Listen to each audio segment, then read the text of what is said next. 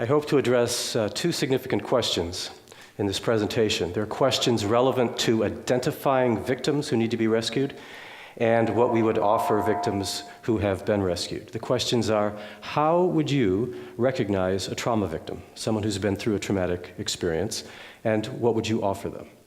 To even ask these questions and to be alert to the possibilities of identifying someone, we have to destroy the denial it couldn't happen in our community.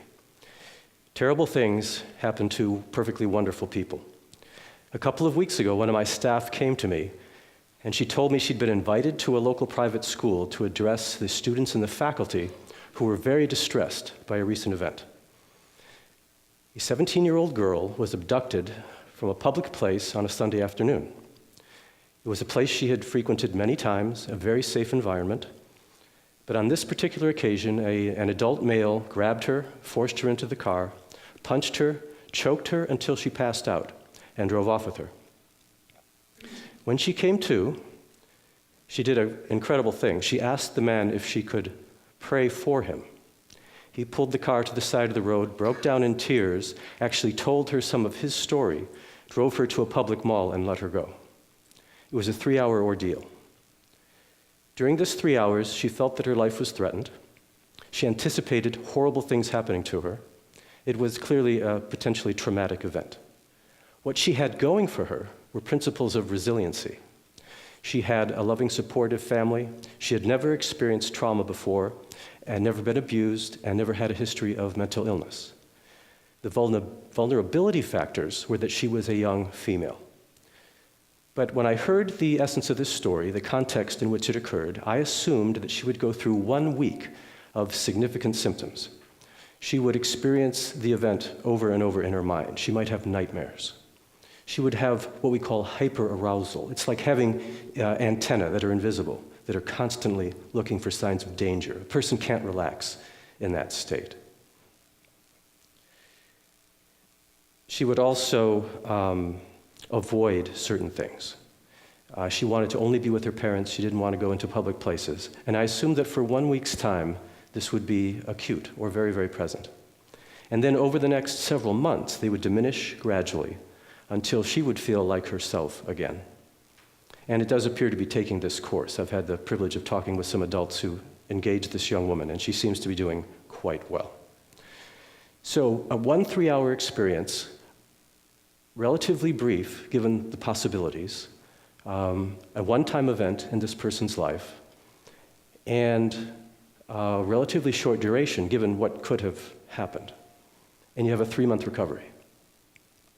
So take a trafficked person who is exposed multiple times each day to threats of violence, threats of coercion, and look at the cumulative effect of the stress in that person's life. Stress is additive, and the faster stressors come together, the harder it is to recover. And so you have from short-term acute stress, which this example manifests, to complex trauma disorder, where if you take a young child and expose that child to enough trauma, you actually alter the brain development, you alter the personality, and the child can be hardwired for those elements of distress for the rest of his or her life. There's not much study done with trafficked victims. I've included a handout that is a research from Moldavia, and it's very illustrative, I think, of what people go through. But we know a lot about stress from war. In fact, that's the place where PTSD was first identified, people coming back from war. And some of the elements that trafficked individuals have with people in war are that they can't leave the situation. They have to stay. They are forced to sacrifice themselves, sometimes doing things that are dehumanizing, actually reduce our capacity to see ourselves as valuable humans. And they have to shut down part of themselves to be able to cope with what's going on. So we can study war victims, and there's lots of literature about that, and assume that some of that happens to people who are trafficked. So what can we do about this? When we have a victim who is trafficked, the first element is safety. And it actually takes a while for a person to perceive themselves as safe and to accept the fact that they are. So they need to be in a safe place with safe people. Their basic needs need to be taken care of: medical, food, shelter, clothing. Children need to re-engage life and get education. Adults need to re-engage life and receive training for occupation. We want them to become normal again. They need social support of a particular nature, and they need significant protection from stress for a fairly long period of time. Their life needs to be stable. They need to not be exposed to things that challenge them, sometimes for years, if that's even possible. And if possible, we provide psychotherapy or counseling, preferably with someone who works with trauma, works with people who have been through horrible things in horrible ways. Some traditional psychotherapies actually aren't helpful. So it's useful to have someone on your team that knows what they're doing as they engage people. And the recovery process can be as brief as one trauma event for 3 months, or it can be a lifetime of recovery. So I engage many people who have experienced terrible things. And I've learned that I have to take care of myself in order to be objective, to be not harmed by the stories that I hear. Early in my career, I coined the phrase, I have to be able to look into hell and not get burned.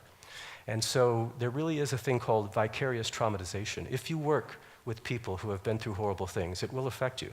So I have a one-page handout called the self-care plan that I recommend that you take a look through and frequently review. Am I taking care of myself? Am I meeting my needs so that I have the capacity to engage people who have been through terrible things? The most significant thing we can do is prevention. A certain number of people who have been harmed become monsters themselves, and the only way to stop the process is to stop the abuse, the trafficking, the sources of trauma.